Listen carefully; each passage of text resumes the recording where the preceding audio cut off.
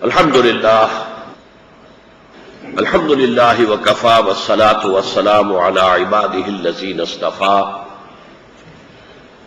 خصوصاً علی افضلہم وخاتم النبیین محمد الامین وعلی آلہ وصحبہ اجمعین. اما بعد فقد قال اللہ تبارک وتعالی کما ورد 3 مرات فی القرآن. اعوذ باللہ من الشیطان الرجیم بسم اللہ الرحمن الرحیم. هو الذی ارسل رسولہ بالہدی ودین الحق لیظہرہ علی الدین کلہ. وقال تبارک وتعالی کما ورد فی سورۃ سبا وما ارسلناک الا کافۃ للناس بشیرا ونذیرا. وقال عز وجل كما ورد في سورة الأحزاب لقد كان لكم في رسول الله أسوة حسنة لمن كان يرجو الله واليوم الآخر وذكر الله كثيرا. صدق الله العظيم. رب اشرح لي صدري ويسر لي أمري واحلل عقدة من لساني يفقهوا قولي. اللهم ربنا الہمنا رشدنا واعذنا من شرور انفسنا. اللهم ارنا الحق حقا وارزقنا اتباعه وارنا الباطل باطلا وارزقنا اجتنابه. آمین یا رب العالمین. معزز حاضرین اور محترم خواتین، السلام علیکم ورحمۃ اللہ وبرکاتہ. میں براہ راست اپنے آج کے موضوع پر آنے سے قبل ایک آپ کے سامنے سوال رکھ رہا ہوں کہ ہر شخص سوچے، آج امت مسلمہ کی سب سے بڑی ضرورت کیا ہے؟ مال، دولت، حکومت، کیا ضرورت ہے؟ تعلیم، ٹیکنالوجی، مختلف لوگوں کے ذہنوں میں مختلف چیزیں ہیں. جمہوریت، کچھ کالم نویس ہمارے جو ہیں ہمیشہ اسی کا مرثیہ کہتے رہتے ہیں. میرے تجزیے میں آج امت مسلمہ کی سب سے بڑی ضرورت یہ ہے کہ وہ انقلاب برپا کرنے کے اس طریقے کو سمجھ لے جس طریقے پر محمد الرسول اللہ صلی اللہ علیہ وسلم نے انقلاب برپا کیا تھا. میری سوچ کے یہ پہلو تو آپ حضرات پر واضح ہوں گے کہ اس وقت عالمی پیمانے پر امت مسلمہ جس ذمو حالی کا شکار ہے، یہ اصل میں عذاب الہی ہے جس میں ہم مبتلا ہیں. اور وہ اس لیے مبتلا ہیں کہ ہم تو زمین پر اللہ کے دین کے نمائندے بنائے گئے، لیکن آج پوری دنیا میں ہم کوئی ایک ملک بھی ایسا نہیں دکھا سکتے کہ جہاں کے بارے میں ہم یہ کہہ سکیں کہ لوگوں آؤ دیکھو یہ ہے نظام مصطفیٰ، یہ ہے اللہ کا دین، دین حق. لہذا اللہ کا عذاب ہے کہ جس کی گرفت میں ہم ہیں. نہ ویسٹ کچھ بگاڑ سکتا ہے ہمارا، نہ نارتھ بگاڑ سکتا ہے، نہ امریکہ کچھ ہمارا بال بیکا کر سکتا ہے، نہ کوئی اور، نہ بھارت ہمیں کوئی دھمکی دے سکتا ہے جب تک کہ اذن رب نہ ہو. اذن رب کیوں ہے؟ اس کا سبب یہ ہے کہ ہم اللہ کے دین کو ریپرزینٹ نہیں کر رہے، مس ریپرزینٹ کر رہے ہیں. تو اس کا حل ایک ہی ہے کہ کم از کم دنیا کے کسی ایک ملک میں ہم صحیح اسلامی نظام قائم کر کے دنیا کو دکھا دیں اور پھر دعوت دے کہ آؤ دیکھو یہ ہے اسلام. پھر ملکی سطح پر، قومی سطح پر پاکستان کے بارے میں میرا یہ موقف آپ میں سے ہر ایک کے علم میں ہے، اور ابھی حال ہی میں نے اس موضوع پر مفصل تقریر کی ہے. پاکستان اپنے خاتمے کے بالکل قریب پہنچ چکا ہے. میں نے تقریر کی تھی کہ کیا پاکستان کے خاتمے کی الٹی گنتی شروع ہو چکی ہے، اور میرا جواب اس بات میں کہ ہاں شروع ہو چکی ہے. البتہ ابھی ایک مہلت اللہ کی طرف سے ہے، لیکن اس کی واحد شکل یہ ہے کہ یہاں پہ اسلامی انقلاب برپا ہو. اسی کے لیے یہ ملک قائم کیا گیا تھا. اسلام کے اصول حریت و اخوت و مساوات کا ایک عملی نمونہ دنیا کے سامنے پیش کریں. یہی مفکر و مصور و مبشر پاکستان علامہ اقبال کا قول تھا، اور یہی بانی و مؤسس اور معمار پاکستان قائد اعظم کا قول تھا، ہم پاکستان اس لیے چاہتے ہیں۔ تیسری طرف اب یہ دیکھیے کہ عالمی سطح پر اس وقت جو سب سے بڑی قوت ہے دنیا کی، امریکہ اور اس کے حواری، وہ تل گئے ہیں کہ اسلامی نظام کا کہیں پر ظہور نہ ہو جائے۔ اچھی طرح سمجھ لیجیے، وہ تلے ہوئے۔ وہ جو علامہ اقبال نے ابلیس کی زبان سے کہلوایا تھا، عصر حاضر کے تقاضاؤں سے ہے لیکن یہ خوف کے لفظ کو نوٹ کیجیے۔ آج امریکہ پر خوف طاری ہے، پورے ویسٹ پر خوف طاری ہے۔ عصر حاضر کے تقاضاؤں سے ہے لیکن یہ خوف آشکارا ہو نہ جائے شرع پیغمبر کہیں دنیا کے کسی کونے میں شرع پیغمبر کا عملی ظہور نہ ہو جائے۔ ظاہر بات ہے کہ جہاں الحق کے بعد زہق الباطل، اس کا لازمی نتیجہ ہے جہاں الحق و زہق الباطل ان الباطل کان زہوقا، ابھی آپ نے آج سنی۔ پھر سوچئے کہ یہ خوف ان پر اس درجے مسلط ہے کہ ان کی پوری گلوبل پالیسی اسی پر مرکوز ہو گئی ہے۔ کیوں؟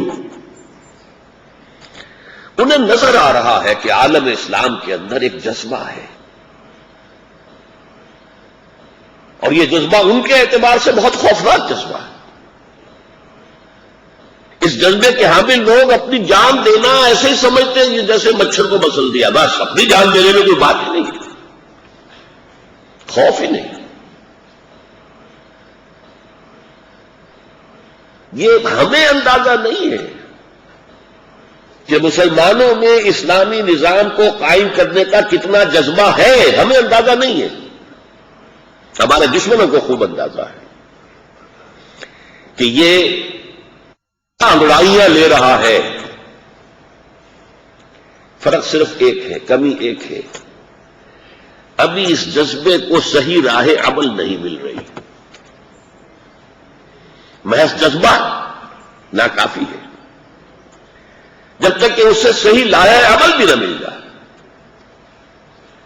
تو ان تینوں اینگلز کے حوالے سے میری بات جہاں آ کر جس نقطے پر مرکوز ہوتی ہے وہ کیا ہے؟ صحیح راہ عمل جو ہے اسلام کو دنیا میں غالب کرنے کا، اس کو واضح کیا جائے، یہ سب سے بڑی ضرورت ہے۔ اور وہ صحیح راہ عمل کون سا ہوگا؟ کوئی میرا تجویز کردہ، کوئی اور کسی، میں تو بہت حقیر انسان ہوں، کسی بڑی سے بڑی شخصیت کو تجویز کردہ بھی نہیں۔ وہ راہ عمل وہ ہوگا جو سیرت النبی سے ماخوذ۔ آپ کو شاید یہاں وہ 4 ورقہ تقسیم کیا گیا ہو، یا شاید بعد میں کر دیا جائے، نوید خلافت، وہ احادیث ہم نے جمع کر دی ہے، جس سے یہ یقین پیدا ہوتا ہے کہ قیامت سے قبل پوری دنیا میں اسلام کا بول بالا ہوگا۔ ایک وہ ہے جو نیو ورلڈ آرڈر دنیا میں نافذ کرنا چاہتے ہیں گلوبل سطح پر، لیکن حقیقت کیا ہوگی؟ اسلامک ورلڈ آرڈر پوری دنیا کے اوپر غالب آئے گا۔ دی جسٹ، یہ جو نیو ورلڈ آرڈر ہے یہ جیو ورلڈ آرڈر ہے، یہودیوں کا عالمی نظام، اور اسلام کا عالمی نظام ہوگا جسٹ ورلڈ آرڈر، منصفانہ عادلانہ عالمانہ نظام۔ یہ جو نظام ہے اس کے بارے میں خوشخبری دی محمد الرسول اللہ نے، قیامت سے قبل پوری دنیا پر غالب ہوگا۔ اس کے لیے تو جو احادیث ہم نے دی ہیں اس کتابچے میں، اس کے بعد اگر کسی شخص میں شک رہ جاتا ہے اس بات میں تو مجھے پھر اس کے ایمان بالرسالت پر شک ہوگا۔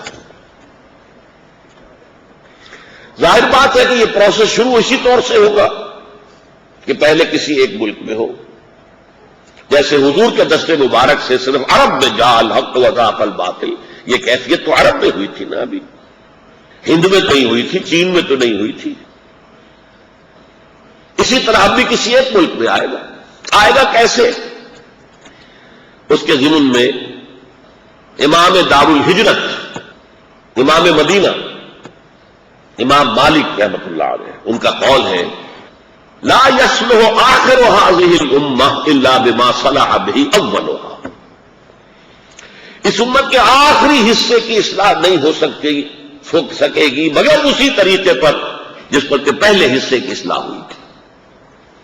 وہ جو انقلاب حضور نے برپا کیا تھا اس کی میتھڈالوجی کو سمجھو اور اسی کو امپلائے کرو، اسی کو استعمال کرو گے تو وہ اسلامی انقلاب آئے گا۔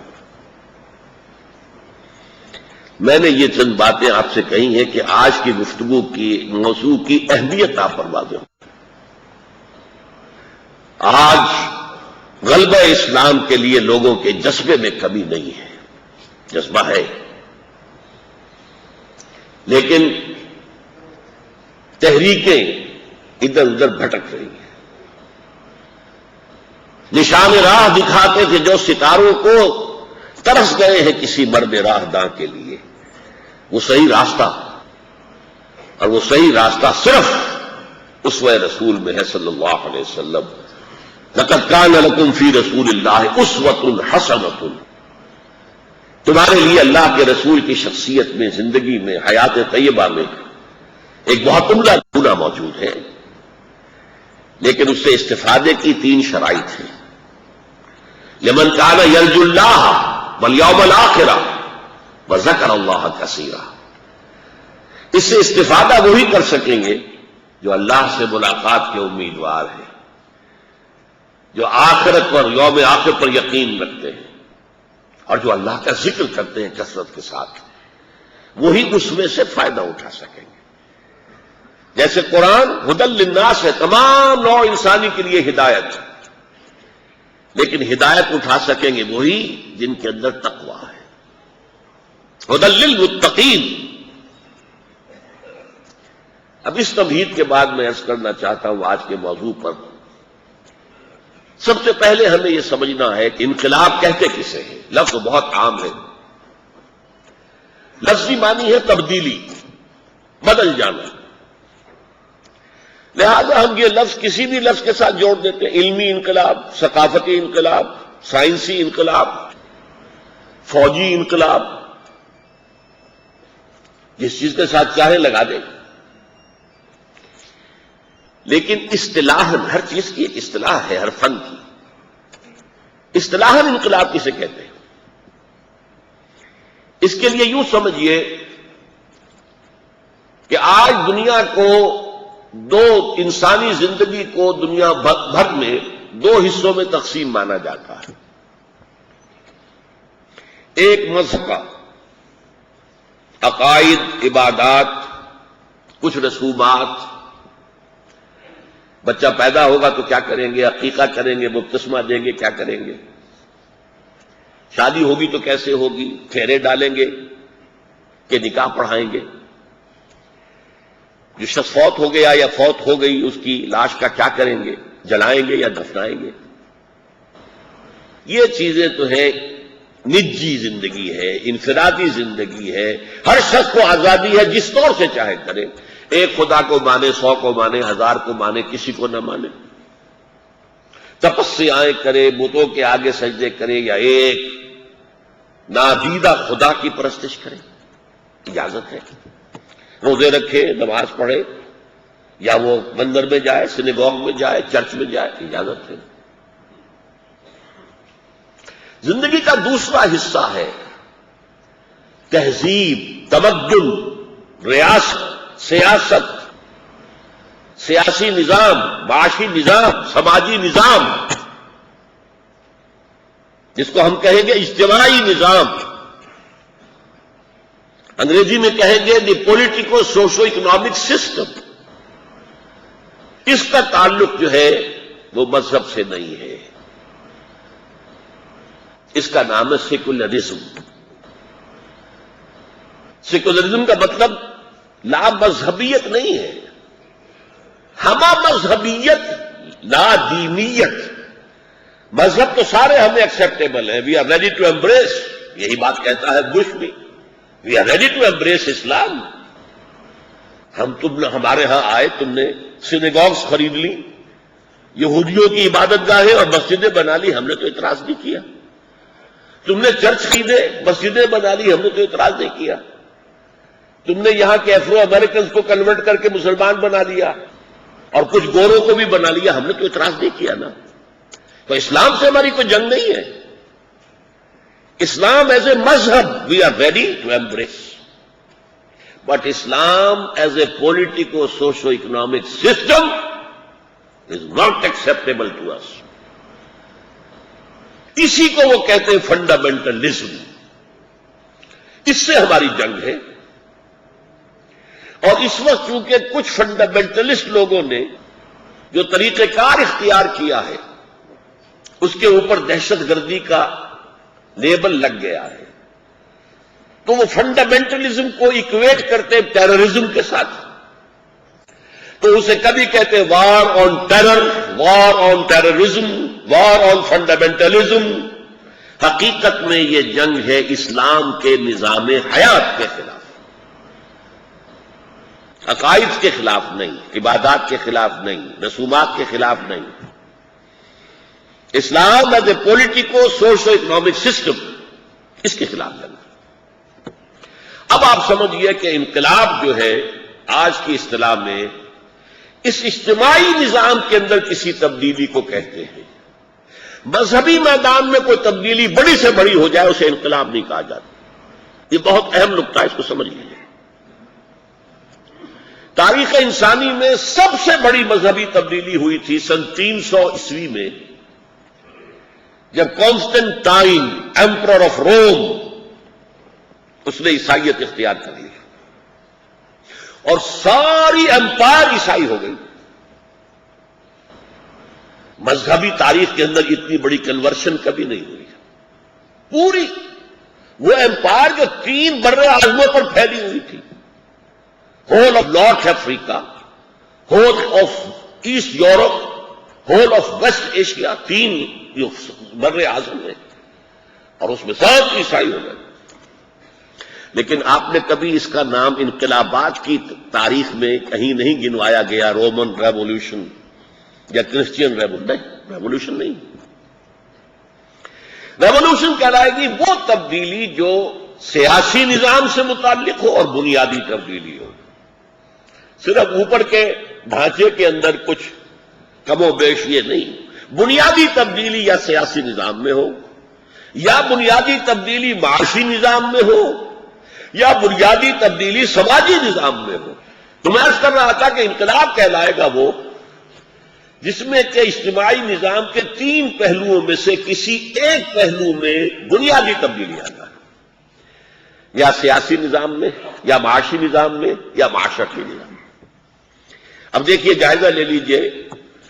فرینچ ریولوشن بہت مشہور ہے اور واقعی ریولوشن تھا, اس میں کوئی شک نہیں, لیکن صرف سیاسی نظام میں تبدیلی آئی تھی.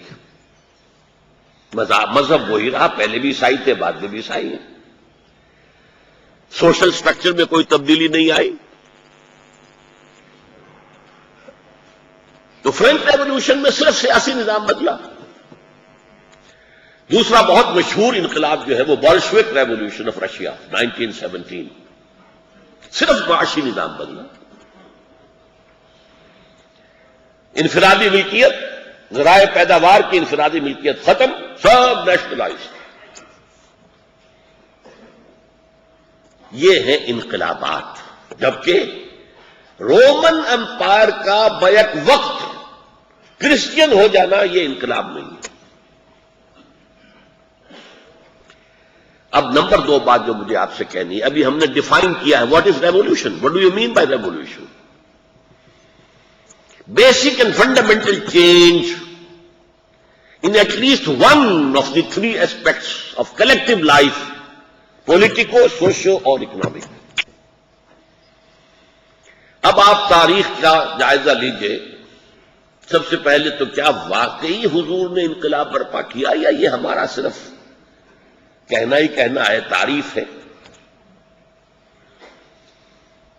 واقعہ یہ ہے کہ تاریخ انسانی کا عظیم ترین انقلاب برپا کیا محمد نے صلی اللہ علیہ وسلم. اور میں اسے کولڈ انالیسس سے ثابت کرنا چاہتا ہوں. بہت ہی ٹھنڈا تجزیہ, کوئی جذباتی بات نہیں.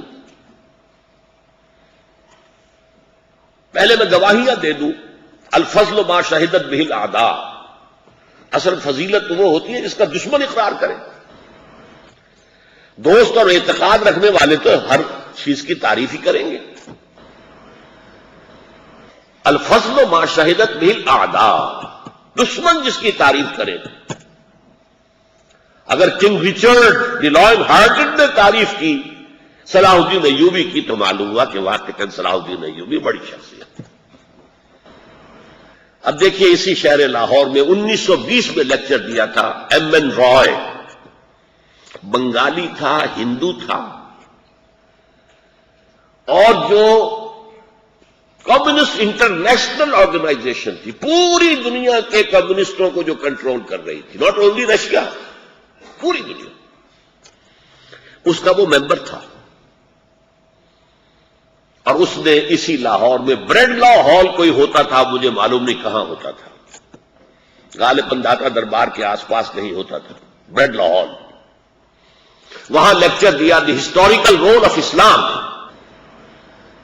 اور اس نے کہا کہ تاریخ انسانی کا عظیم ترین انقلاب محمد نے برپا کیا صلی اللہ علیہ وسلم. یہ 1920 کی بات ہے. وہ عقیدت مند نہیں ہے، ہندو ہے، بنگالی ہندو، کمیونسٹ اور ٹاپ کا کمیونسٹ، اور وہ مانے. یہ تو 1920 کی بات ہے. اب 1980 پر آ جائیے، یعنی صدی کے آغاز سے 20 برس اور صدی کے اختتام سے پہلے 20 برس. مائیکل ہارٹ نے کتاب لکھی امریکہ میں. ایک تو ہم ایسٹ سے ویسٹ میں پہنچ گئے. دی 100 موضوع کیا ہے؟ A selection and gradation of the 100 most influential personalities of the human history. پوری انسانی تاریخ جو نون ہے 5000 سال سے پہلے کا جو ہے، ہم اسے کہتے ہیں پری ہسٹورک ایرا. 5000 سال سے تاریخ جو ہے ریکارڈڈ ہے. اس پوری انسانی تاریخ میں انسانی تمدن کے دھارے کے رخ کو موڑنے والے لوگ کون کون ہیں، ان کو سلیکٹ کیا. 1 2 3 4 5 6 100. یہ سلیکشن ہو گیا. پھر گریڈیشن، ان میں سب سے بڑھ کر کس نے بڑی تبدیلی لائی. اس کے بعد نمبر 2 کون، نمبر 3 کون. A selection and gradation of the 100 most influential personalities of the human history. اور وہ نمبر 1 پر رکھتا ہے محمد رسول اللہ. یہ عیسائی ہے، میری اطلاع کی حد تک ابھی زندہ ہے، مرا نہیں ہے، مینہٹن میں رہائش ہے. اور وہ لکھتا ہے کہ یقیناً مجھے اس کی وجہ پیش کرنی پڑے گی.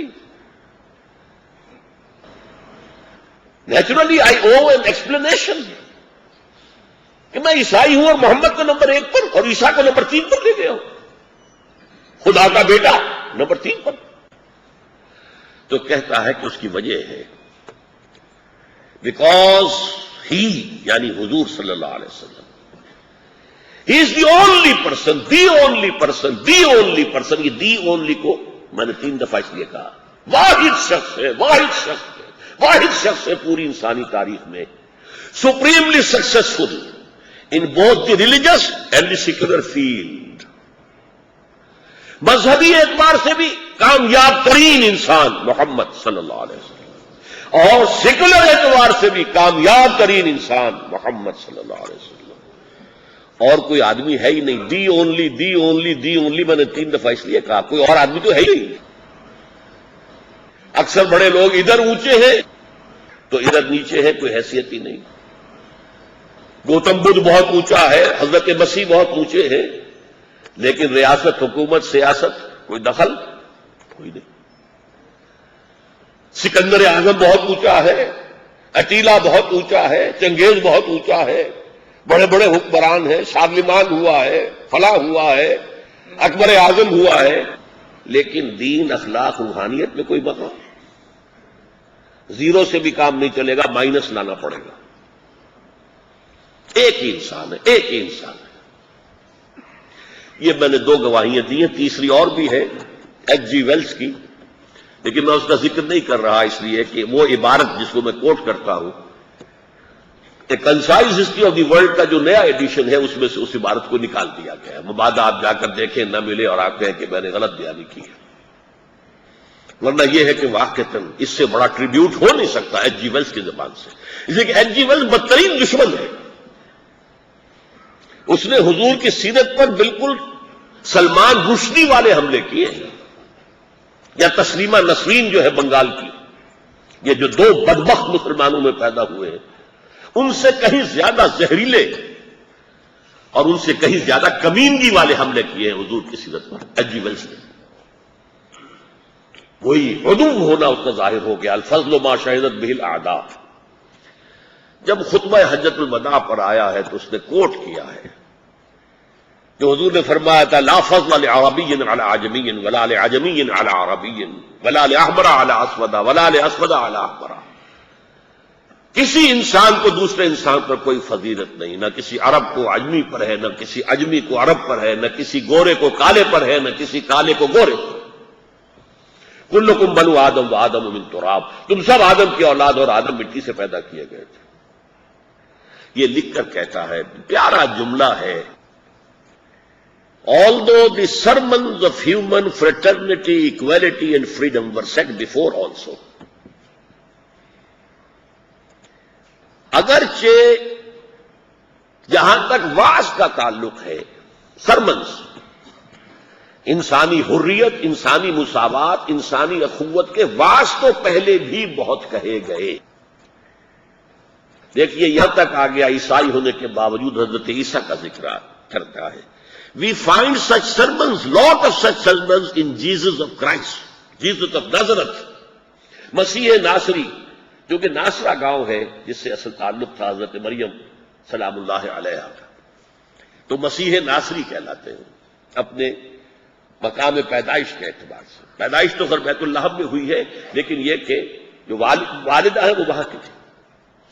تو ان جیزس آف نازرتھ ہمیں سرمنس تو بہت ملتے ہیں، وعظ تو انہوں نے بھی بہت کہے ہیں، but it must be admitted that it was Muhammad صلی اللہ علیہ وسلم who for the first time in history established a society based on these principles۔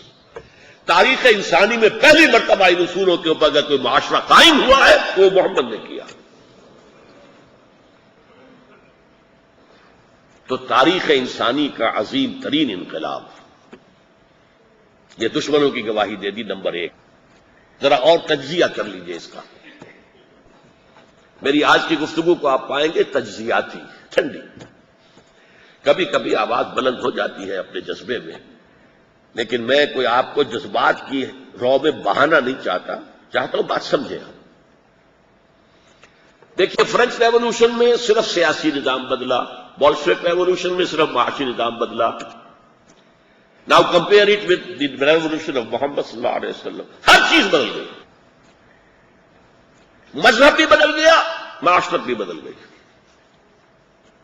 عقائد بھی بدل گئے، معاشی نظام بھی بدل گیا، رسومات بھی بدل گئی، سیاسی نظام بھی بدل گیا۔ کوئی شے اپنی سابقہ حالت پہ قائم رہی ہی نہیں۔ ڈھونڈ کر بتائیے کہ فلاں چیز جو کی تو رہ گئی۔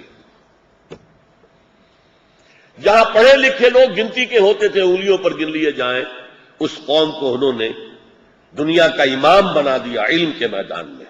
نئے نئے علوم انہوں نے ایجاد کیے، پوری دنیا کا علم سمیٹ کر، ہندوستان سے اور یونان سے علم لے کر اور اسے مزید ڈیولپ کر کے دنیا کے سامنے رکھا۔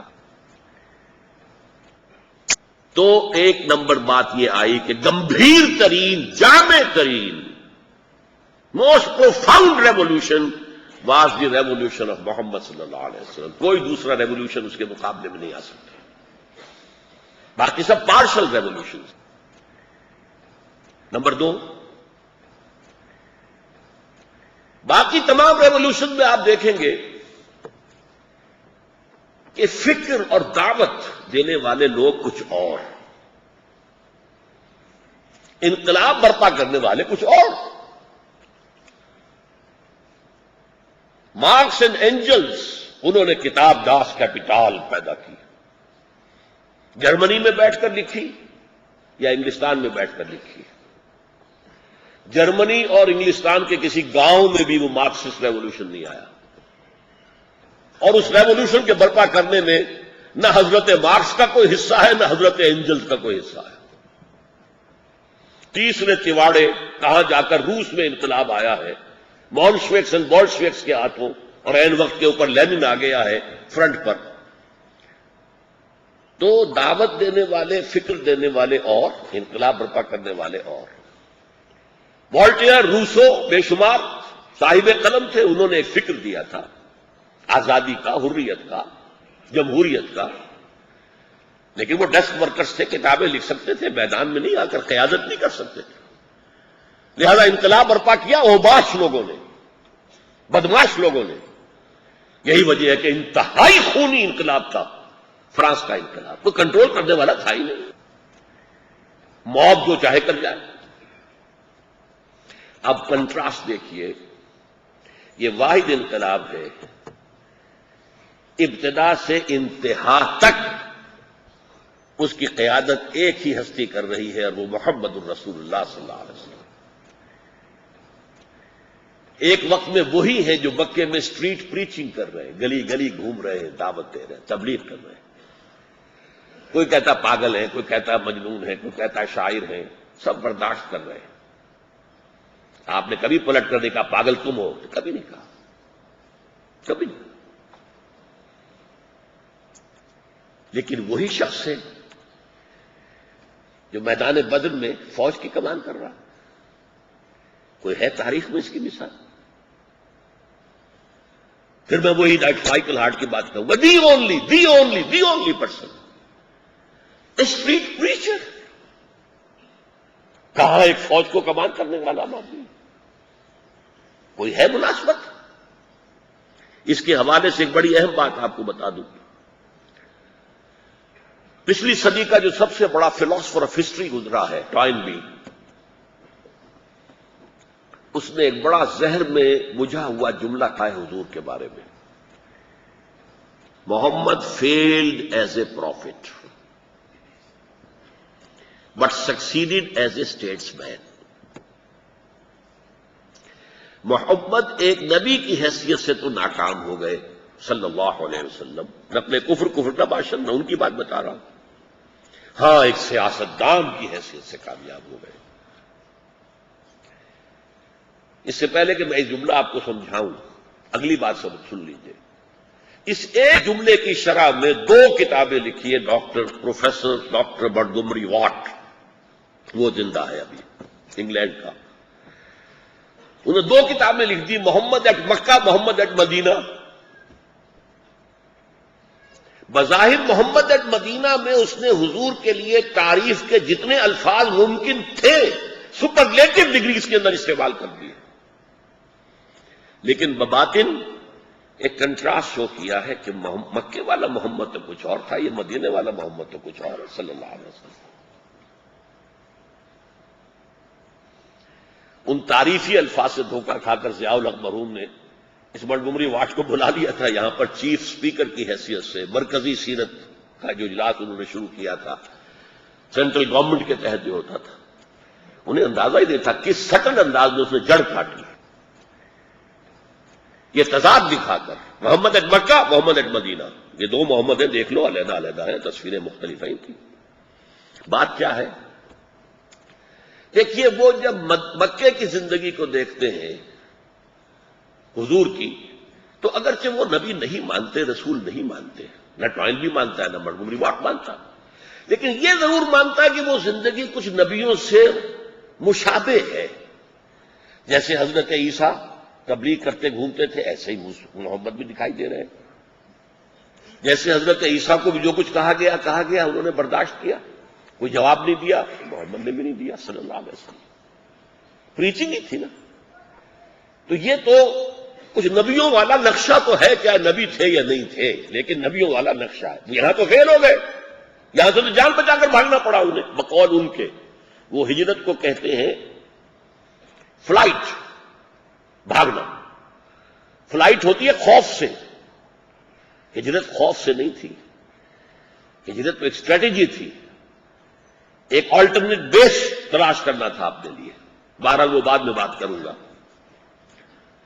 لیکن مدینے میں آ کر تو محمد بالکل نئے نظر آ رہے۔ Now he is a status مین، he is the ruler of Medina, he is the cup of Medina and he is the commander of the army. معاہدے کر رہے ہیں یہودیوں سے،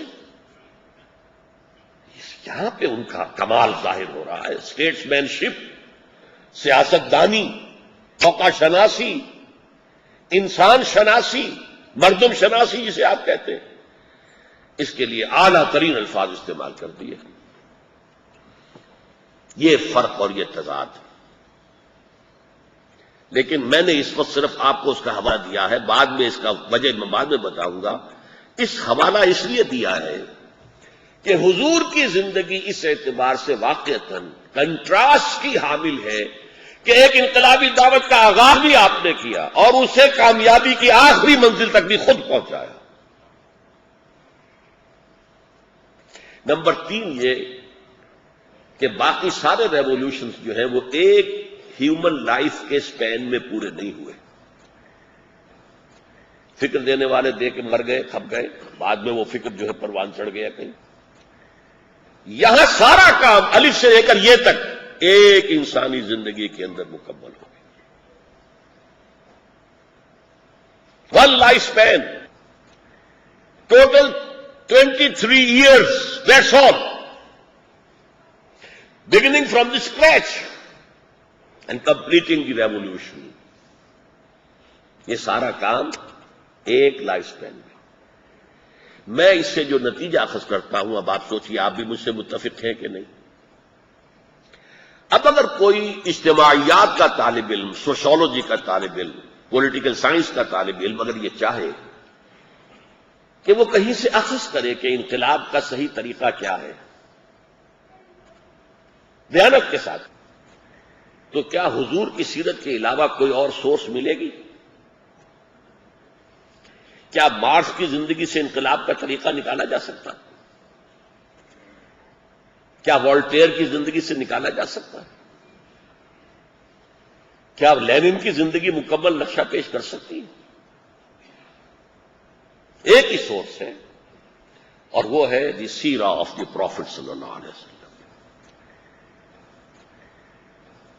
یہاں مجھے ذرا یاد آ گیا، ابھی پچھلے دنوں آپ نے سنا ہوگا کہ کچھ 9-10 پروفیسر حضرات آئے تھے پاکستان، ایک انگلینڈ سے تھے، ایک ترکی سے تھے، باقی 8 کے قریب امریکہ سے تھے، پروفیسرز تھے مختلف فیلڈز کے، ڈینز بھی تھے۔ میرے ساتھ ایک راؤنڈ ٹیبل کے لیے، راؤنڈ ٹیبل ود ڈاکٹر اسرار، یعنی وہ آئے تھے میرے خیالات اور میرے نظریات کو جانچنے کے لیے، پرکھنے کے لیے۔ 3 دن ان کا یہاں قیام رہا اور 6 گھنٹے کی میری تقریریں ہوئیں، 1-1 گھنٹہ تقریر، 1-1 گھنٹہ اس پر پھر ان کی طرف سے جرح اور جواب۔ ان میں ایک شخص تھا جو انگلینڈ سے آیا تھا، ڈاکٹر راجر وان زوانبرگ، اور یہ مالک ہے پلوٹو پریس کا، لندن میں ہے۔ میں جب بیان کر رہا تھا پروسیس آف ریولیوشن، وہ بہت ایکسائٹڈ تھا۔ بعد میں مجھے معلوم ہوا کہ وہ ایک مارکسسٹ ہے، پکا کمیونسٹ فکری اعتبار سے۔ وہ بار بار کہتا تھا دس از لینن، کہ ڈاکٹر صاحب جو کچھ آپ کہہ رہے ہیں یہی لینن نے کہا ہے۔ پھر again this is what Lenin said, یہ تو وہی بات ہے جو لینن نے کہی تھی۔ I said to him, brother, I have never read even a single word of Lenin. میں نے آج تک لینن کی تحریر کا کوئی ایک لفظ بھی نہیں پڑھا۔ جو کچھ میں کہہ رہا ہوں میرا سورس صرف سیرت محمدی ہے صلی اللہ علیہ وسلم۔ تو میں نے جس طریقے سے وہاں بیان کیا تھا، مجھے خیال ہوا کہ اسی طور سے میں اگر بیان کروں تو شاید ہمارے لوگوں کو بھی فائدہ ہو جائے۔ وہ طور کیا تھا؟ وہ طریقہ یہ تھا کہ پہلے میں نے ایک اسکیلیٹن پیش کیا، process of revolution as I have derived from the life of Muhammad صلی اللہ علیہ وسلم۔ لیکن کوئی اسلامی اصطلاح استعمال نہیں کی، نہ سیرت کا کوئی واقعہ کوٹ کیا، ڈرائیو وہاں سے کیا ہے، لیکن ماڈرن ٹرمینالوجی میں اس کو واضح کیا کہ یہ ہے 6-7 اسٹیپس آف ایوولوشن، لیکن اس میں اسلامی اصطلاح نہیں، دین، اسلام، امام، یہ کچھ نہیں، جہاد، قتال، کچھ نہیں۔ اس کی وجہ کیا ہے؟ ہمارے دور زوال میں ان اصطلاحات کا مفہوم نمبر 1 محدود ہو گیا ہے، نمبر 2 مسخ بھی ہو گیا ہے، لمیٹڈ اینڈ پرورٹڈ۔ ہم جب بھی وہ اصطلاح بولتے ہیں وہی پرورٹڈ تصور ذہن میں آتا، کمیونیکیشن ہوتی نہیں۔ لہذا اگر ان اصطلاحات کو ہٹا کر بات کی جائے اور جدید ٹرمینالوجی میں بات کی جائے تو لوگوں کی سمجھ میں وہ اسکیلیٹن آ جائے، پہلے خاکہ، اس خاکے میں پھر سیرت النبی کا اور قرآن اور حدیث کی اصطلاحات کا اور واقعات کا رنگ بھر دیجیے۔ تو میں آج اسی انداز میں آپ کے سامنے 6 or 7 steps of the revolutionary process as derived from the seerah and life of Muhammad صلی اللہ علیہ وسلم پیش کر رہا ہوں۔ دیکھیے، نمبر 1، ہر انقلاب کی پہلی ضرورت ایک انقلابی نظریہ، انقلابی فلسفہ ہوتا ہے۔ انقلابی نظریہ، انقلابی فلسفہ کس کو کہیں گے؟ جو ایگزسٹنگ سسٹم ہے، پولیٹیکو سوشو اکنامک سسٹم، اس کی جڑوں پر کیشا بن کر گرے، تب تو وہ انقلابی نظریہ ہے، ورنہ واز ہے، سرمن ہے، جب تک کہ کاٹ نہیں ہے اس کے اندر، سیاسی نظام کو کاٹتا ہو، معاشی نظام کو کاٹتا ہو، سماجی نظام کو کاٹتا ہو، یہ کاٹ اگر نہیں ہے تو وہ انقلابی نہیں ہے، تو واز ہے، سرمن۔ اچھا، یہ جو نظریہ ہے ریولوشنری آئیڈیالوجی، اس کو پہلی شرط تو میں نے بیان کر دی کہ وہ ایگزسٹنگ سسٹم کے اوپر پیشہ بن کر گرے۔ دوسری شرط کیا ہے؟ اگر تو وہ نئی آئیڈیالوجی ہے، نیا فلسفہ ہے تو معاملہ آسان ہے، وہ اپنی اصطلاحات خود وضع کرے گا اور ان اصطلاحات کے معنی خود معین کرے گا۔ اگر وہ کوئی پرانی آئیڈیالوجی ہے تو اسے اب ری انٹرپریٹ کرنا پڑے گا ان دی کرنٹ ایڈیم، جو زمانے کا رواج ہے جس میں کہ لوگ سمجھ رہے ہیں بات کو، کمیونیکیشن ہوتی ہے۔ And at the level of the consciousness of the time, وقت میں جو شعور ہے ہمارے دور کا، جو ذہنی اور فکری جو سطح ہے، اس سطح پر بات کرنی ہے۔ تو number 1، first prerequisite, revolutionary ideology which must cut at the roots of the existing political socio-economic system. It should either be new or if old, it has to be reinterpreted. اس کی وضاحت جدید اصطلاحات میں اور وقت کی علمی سطح پر کی جائے، پھر اس کو پھیلایا جائے، عام کیا جائے۔ پھیلانے کے لیے جو ذرائع ابلاغ میسر ہے استعمال کیجیے۔ پہلے کبھی صرف اسٹریٹ پریچنگ کے علاوہ اور کچھ نہیں تھا، یا کوئی بازار لگا ہوا، بازار میں جا کے لوگوں کو جمع کر کے کوئی بات کہہ دی، یا لوگوں کو کھانے پر بلایا، ان سے کوئی بات کر لی، بس۔ اب جلسے ہو سکتے ہیں، کتابیں لکھی جا سکتی ہیں، means of communication, electronic media, print media, سب کو استعمال کیجیے۔ Whatever means of communication are available to you, use them. یہ پہلا سٹیپ ہو گیا۔ دوسرا سٹیپ، اب جو لوگ اس نظریے کو حقیقتاً قبول کریں، انہیں آرگنائز کریں، منظم کریں۔ یہ تنظیم کی بھی 2 شرطیں ہیں۔ Number 1، it has to be very discipline, بڑی مضبوط ڈسپلن والی تنظیم ہونی چاہیے، اس لیے کہ جب مقابلہ پیش آئے گا، انقلاب کو ختم، اس کو نظام کو ختم کرنے کے لیے آپ میدان میں آئیں گے تو وہ جو نظام کے علمبردار بیٹھے ہوئے ہیں، جن کے مفادات ہیں، ویسٹڈ انٹرسٹ ہیں، جو رعایت یافتہ طبقات ہیں، وہ آئیں گے آپ کا سر کچلنے کے لیے۔ نظام کوہنا کے پاس مانو یہ معرض انقلاب میں ہے، come and gird up your loins, protect your interest, مارو انہیں۔ تب آپ کو ایک فوجی ڈسپلن کی ضرورت ہوگی، نوب مقابلہ نہیں کر سکے گا۔ So the party has to be disciplined, listen and obey, سنو اور اطاعت کرو۔ جو ہمارے ہاں عام محاورے میں فوج کا ڈسپلن ہوتا ہے، لسن اینڈ اوبے، نو کوسچننگ۔ ہاں ویسے کوئی اجلاس ہو رہا ہو، کوسچن کرنے کی اجازت ہو جائے، لیکن جب میدان میں ہے تو جو حکم دے دیا گیا، there is nothing to, there is not to reason why, there is but to do and die. اور نمبر 2، اس تنظیم میں لوگوں کی حیثیت کا تعین اس اعتبار سے نہیں ہونا چاہیے کہ یہ برہمن ہے تو اونچا ہے، یہ شودر ہو تو نیچا ہے۔ اگر یہ ہے تو پھر یہ انقلابی تنظیم نہیں ہے۔ انقلابی تنظیم میں ہر شخص کی ڈیپتھ آف کمٹمنٹ، اس کا کتنا اس تحریک کے ساتھ وفاداری کا کیا عالم ہے، این اماؤنٹ آف سیکریفائس، اس نے کتنی قربانی دی ہے، اس کی بنیاد پر مقام معین ہونا چاہیے۔ ایک شودر ہو سکتا ہے کمیونسٹ پارٹی میں اوپر چلا جائے اور برہمن نیچے رہ جائے۔ اب مجھے واقعات سیرت کے یاد آ رہے ہیں میرے دماغ میں، لیکن میں روک رہا ہوں۔ میں ابھی چاہتا ہوں وہ اسکیلیٹن جو ہے وہ پہلے وہ وہاں سے ہو جائے۔ پہلا سٹیپ ایک revolutionary ideology which must cut at the roots of the existing political socio-economic system۔ اب اس کو پھیلانا ہے، عام کرنا ہے۔ دوسرا سٹیپ، جو لوگ مان لیں، تسلیم کر لیں کہ ہاں یہ ٹھیک ہے، ہم قبول کرتے ہیں، انہیں آرگنائز کرنا ہے۔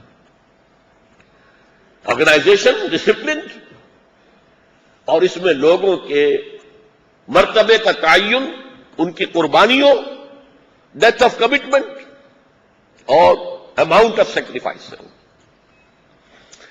پریویس سوسائٹی میں جو بھی ہے، جیسے میں نے مثال دی برہمن اونچا ہے، شودر نیچا ہے، یہ اگر کہیں ریفلیکشن ہو رہی ہے کمیونسٹ پارٹی آف انڈیا میں بھی، تو پھر وہ انقلابی پارٹی نہیں۔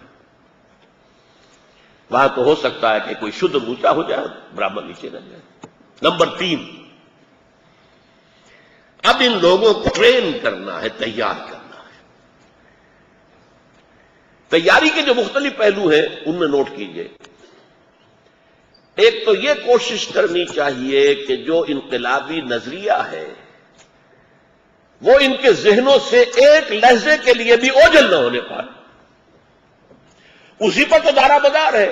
اگر وہ انقلابی نظریہ ذہن میں ہے تو آپ میں عمل کا جذبہ بھی رہے گا، وہ مدھم پڑ گیا آپ بھی بیٹھ جائیں گے۔ To keep it fresh in their minds, number 1۔ Number 2، انہیں عادی بنایا جائے ڈسپلن کا، کہ سنیں اور مانیں۔ آسان کام تو نہیں ہے نا، میں کیوں مانوں اس کی، یہ بھی میرے جیسا آدمی ہے۔ اس کے لیے بڑی ٹریننگ کی ضرورت ہے، عادی بنانا پڑتا ہے۔ ہم بھی تسلیم کی خو ڈالیں گے، بے نیازی تیری عادت ہی صحیح۔ تسلیم کی خو ڈالنا آسان نہیں ہے۔ ہماری انا سے بڑھ کر انانیت تو راستے میں آتی ہے کہ نہیں آتی۔ تربیت کا، انقلابی تربیت کا دوسرا ہدف یہ ہے۔ تیسرا ہدف، تن من دھن سب قربان کرنے کا جذبہ پیدا ہو جائے۔ اس کے بغیر انقلاب نہیں آ سکتا۔ تو بچا بچا کے نہ رکھ اسے، تیرا آئینہ ہے وہ آئینہ، یہ شکستہ ہو تو عزیز تر ہے نگاہ آئینہ ساز۔ Ready to sacrifice everything, everything, everything including your lifes. یہ 3 ایسنشل انگریڈینٹس ہیں انقلابی تربیت کے، ایسنشل۔ چوتھا ایک اور ہوگا، اگر جو آپ انقلاب کے ذریعے سے نظام قائم کرنا چاہتے ہیں اس کی کوئی اسپرچول ڈائمینشن بھی ہے، اس میں کوئی روحانیت کا پہلو بھی مطلوب ہے، تو روحانی تربیت بھی کارکنوں کی کرنی پڑے گی، ورنہ انقلاب کے اندر روحانیت کہاں سے آ جائے گی اگر کارکنوں میں نہیں ہوگی. That is the fourth dimension.